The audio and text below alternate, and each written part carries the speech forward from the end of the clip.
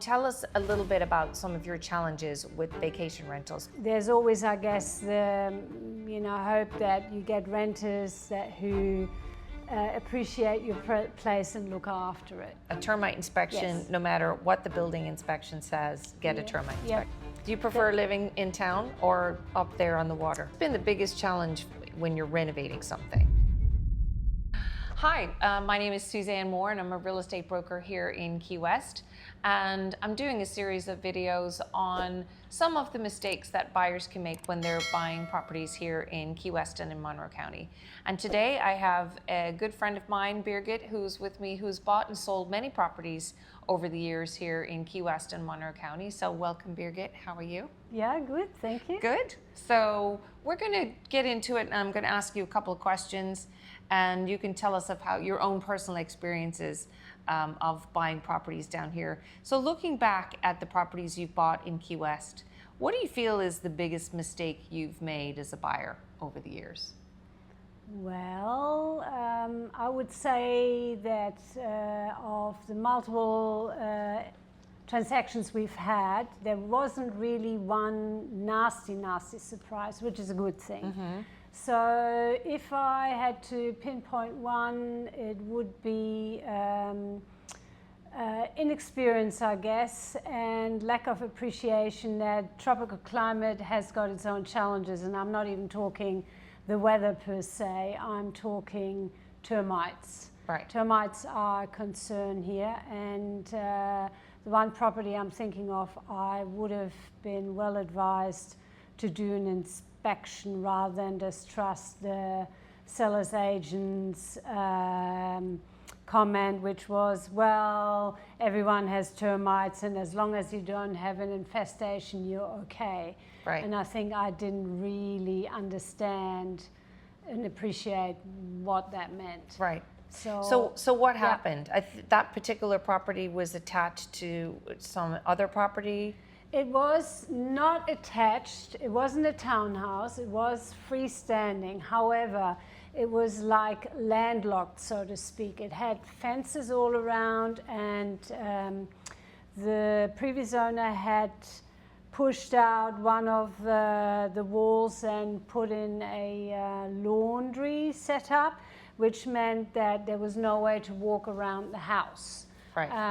And basically, termite tenting, which is really the only solution for termite treatments here that works, was impossible. Mm-hmm. So if I had my time again, I would have done an inspection and possibly not even purchased that place. So a termite inspection specifically, rather Yes. than building inspection? Yeah. Well, the building inspection we did do, and they just don't focus enough on it. Right. Yeah, I see that a lot with a lot of buyers. If it doesn't come up in the inspection report with the building inspector, not everybody does a termite inspection and you can miss a lot of things. So you ended up having to renovate it from the inside, which ended up being an expensive repair. Yes, not only expensive, but time consuming too. We had to relist buyers who were, when it came to selling the place, I'm talking now, when the buyers loved it, and then when they did inspection, they had an inspector who was very thorough and picked up on it. So we had to pull it off the market, then find a builder who did basically a full redo of the floors and the supports. And basically we had to start again. That meant we had to take everything out, including a kitchen I had just renovated. And so it was cumbersome. It was extensive, took a lot of time and energy. And I feel in hindsight, gee, wish I didn't have to do that. Yeah. So your advice, get a termite inspection. Yes. No matter what the building inspection says, get a termite inspection. Yeah, particularly if it's a building that was built before code required using treated wood, and in this case this was a building built in the early 80s and it was, I think, just changing over, and the materials used weren't the best. Not the best. So I Yeah. think that is good to know. If you go really old, like anything pre-war, Dade pine is a perfect material that has, managed to last. And But there's still a lot of termite damage in Yes. some of that old Dade Yes. County pine. So you really have to know what you're looking at, and get a specialized inspection. I think they're not that expensive, and it's worth every penny. Yes, because it's you worth- don't want to be stuck with a property that is damaged and you won't be able to sell. Yeah. So buyers get a termite inspection on everything that you're looking at. Yes. Have you ever bought a property because you loved it emotionally and then you realized you overlooked something important? Yes, I did. Tell us about that. Well, it was a property that we put a bid in from afar because we had just spent a week looking in town and had just left. And the listing just came up literally the night we had just driven up to Fort Lauderdale for 4 hours. And not wanting to drive all the way back down and then hearing that it's just sold, we actually put in an offer. So sight unseen. Sight unseen, full price. Wow. So Crazy, right? A lot of buyers do that because you guys are out of state and you're looking online and something perfect comes up and they Yes, see it it is on perfect, Zillow yep. and Realtor.com. Yeah. And then, so you call the agent, you put an offer, full price, Yep. without seeing it. Yes. Okay, so what happened? So we arrived and we were blown away. It was everything we had been looking for. Okay, perfect. So we weren't, as far as the emotional side goes, we were like, I can't believe this is perfect. And it was right on the water. It was more like a Bahama style wraparound porch, elevated, and so it was stunning to look at, and we didn't have any remorse there and then. But with time, we learned that being on the water has got its ups and downs. The downs are definitely high maintenance. High maintenance yes. on the house? The house. Yeah. Everything needed painting literally each year almost because the wear and tear of the environment is significant. Yeah. Is this from the salt water, you Yeah. think, coming in? Yeah. And there was a lot of work. It was a big yard, which is beautiful. That's the other thing. If you are not someone who loves gardening, you may like the idea of a yard, but it's a lot of work here. Yeah, and it can be expensive too, the Yes. maintenance of, Yes. of the yard here. Yes. You know, it's almost like you have to have someone every week.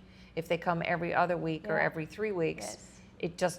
the garden just doesn't look right. No. Uh-huh. So then we had a lot of palm trees, which, if you're from a non-tropical place, that is sort of your quintessential. You want it, you love it. But once you learn the maintenance that's involved, Right. because you have to cut them back pre-hurricane season each year, cut Yeah. the coconuts, Yeah.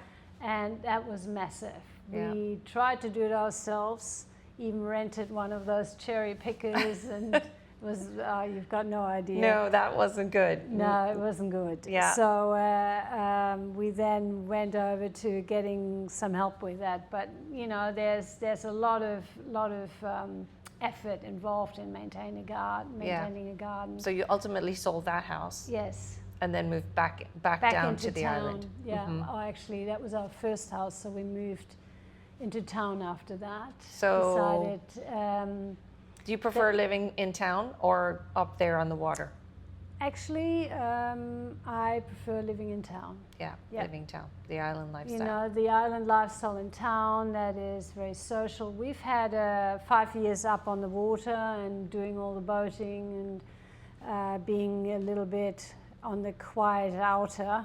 And now being in town for the last 5 years, if I had to pick, I would choose being in town. Yeah. Yeah. So you renovated lots of different properties. What's been the biggest challenge when you're renovating something? So a lot of buyers think when they meet with me and they see a bathroom or a kitchen that they don't like and they think, oh, that's not really a big deal. We can always fix a bathroom or a kitchen. I know you've done bathrooms and kitchens and much more than that. So Why don't you tell us what your experience has been? It's always exciting to see the bright side, and there is a bright side, you know. When you have, if you find a good builder who is reasonably priced, and there are some around, but not many, they make it doable. It is definitely something where you can add value. Yeah. But it's hard work because builders are overbooked. They're not as cheap as you would like to think, and then you need to order most things on either online or spend hours, you know, trying to find tiles here even. It's the resources here aren't like on the mainland. Right. You have to be, you know, patient, and you have to always order more because it's not easy to get replacements. Right. So if you bring it from the mainland and you're short a couple of tiles, you can't just get it. So you have to Yes, you definitely I have to didn't even order. think about that. Yes. Yeah, because you've done a lot of renovations over the years, and so it's all the having, you know, all the right ingredients, so to speak. Yeah. How did you find the permitting process when you've had to go through that with the building department? It's cumbersome. You know, it's time consuming. They make you jump through a lot of hoops. Even for small things, they want a lot of paperwork. They tend to, you know, be on the overkill side, really. Yeah. And I will be honest, a lot of builders prefer to do non-permitted work for the same reason that you don't have the time constraints. You don't have to wait for certain inspectors to come and tick things off. So it's a bit of you know, a challenge. Yeah. You can make it work, but it's a challenge. Yeah. So have you ever underestimated the ongoing costs of owning houses, like with the insurance and the maintenance and the taxes and repairs? I mean, the taxes we knew about, you can figure that out. It was definitely good to be able to homestead your primary.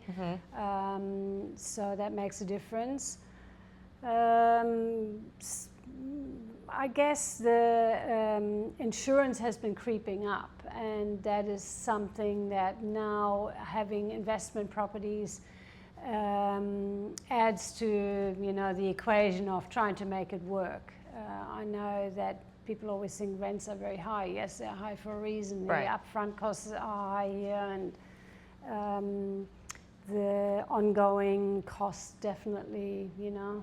So you did speaking of that, you did some vacation rentals at one time, and you had some experience in doing that yourself. So a lot of times when buyers are buying stuff here and buying properties here, they ask about, well, maybe we'll offset some of the carrying costs by doing some monthly rentals. Very popular here, especially in the wintertime. So tell us a little bit about some of your challenges with vacation rentals, because you manage them yourself and you didn't hire a management company, which takes between 20 and 30% of the gross. So in order to save that, you did it yourself. And what was your experience doing that? Look, it was actually the first property we bought, which was on the water, and it had an established Airbnb rental following. So we jumped onto that. We actually had an obligation because there were pre-existing bookings. And we had a cleaning team that we took over as well. So you think, oh yeah, that doesn't sound too hard, but there's still you know, you get the phone call, not quite in the middle of the night, but when things break down, you need basically backup in terms of like a handyman, and have a bit of a troubleshoot list as to who you can call, like your electrician, your plumber, and definitely the handyman to fix things as they break. Airbnb or listings like VRBO make it somewhat manageable to take bookings and manage your bookings. There are overheads there too. They charge a fee of 10% these days. And there's always, I guess, the hope that you get renters who appreciate your place and look after it. Right. Right. We actually rented the house during the COVID era, and that was a challenge in itself because it was hard to get cleaners in there and make that work. It takes effort, a lot of effort, and you have to really want to do it if you manage it yourself. Yeah. Yeah. We were lucky we had a couple of repeat renters who knew that they wanted to do the right thing and they looked after the place and they were courteous and did all the right things, and so for them you were appreciative. Would you, if you were back again, would you hire a company to do it or would you do it yourself? Difficult question, very tricky. You always like to think, yeah, I'll do it, but I think I'm at a stage now where it's like, no, I'll happily hand it over. Hand it over. Yeah. It's just more. It's let the just professionals do it, who are on site, and they have their team of resources and know what's what basically. Right. Yeah. So knowing all of the knowledge and experience that you have from buying and selling properties, what would you do differently if you were buying your first property in Key West now? What would you do differently? Well, if you are not familiar with Key West, which we weren't when we bought our first, but even following properties, I would probably spend more time walking the neighborhood, learning more about the neighborhood, and almost picking your favorite street or your favorite block and waiting for a house to come up rather than jumping on a house you think, oh yeah, that's a good buy, good opportunity. I would be more discerning now to make sure it is exactly the house that I want, because I've bought properties that were close but not quite right, and with the effort that's involved in buying a property, I would now be just you would definitely just time. wait and see till the right one comes along. Yes, more likely. Yeah. And then when she says walking the streets, so it's like we were just discussing different times of the day. We're just discussing during the daytime when we're taking people out to see properties, people that are working in the neighborhood are not there, so there's less vehicles, less traffic. So when you go back in the evening time, you see how many people are parked, where do people park, people in the neighborhood out walking their pets, that kind of stuff. So it does give you more information about the neighborhood. So I agree, there's some beautiful streets, but then sometimes it takes a long time for a house to come up for sale in some of those streets. True. So it depends on how patient you want. Yes, the desirable areas are, if something good comes up, it will be snapped up. So I guess looking regularly and having a realtor who knows that you're maybe in the market if a pocket listing comes up, or in the neighborhood that you're familiar, that there's interest. Keep, I guess, communicating. Yeah. That would probably be a good way of making sure you don't miss out. Yeah, it's true. I mean, a lot of buyers when they're first looking and they've sold their house up in Ohio or Chicago or wherever, and they go on to the big websites, to Zillow and to Realtor.com, and they're just looking on the weekends or at nights, and then one comes up, and suddenly they press the button, I'd like more information.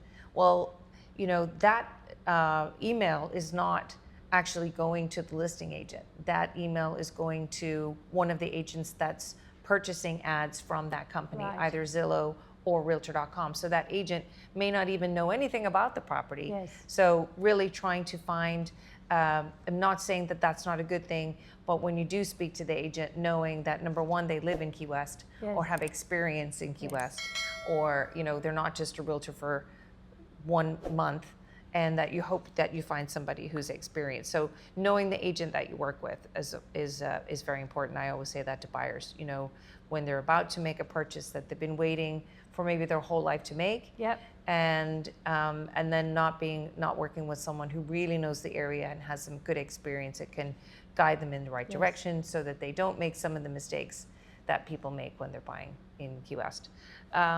So, agree. yeah, so that's it for today. I'd like to thank Birgit for coming in talking to us. It's been a pleasure having you. Thank you so much. That's all right. And we'll talk to you again in the next episode. And don't forget to subscribe so you don't miss any of our videos on Keys Talks with Suzanne Moore Real Estate.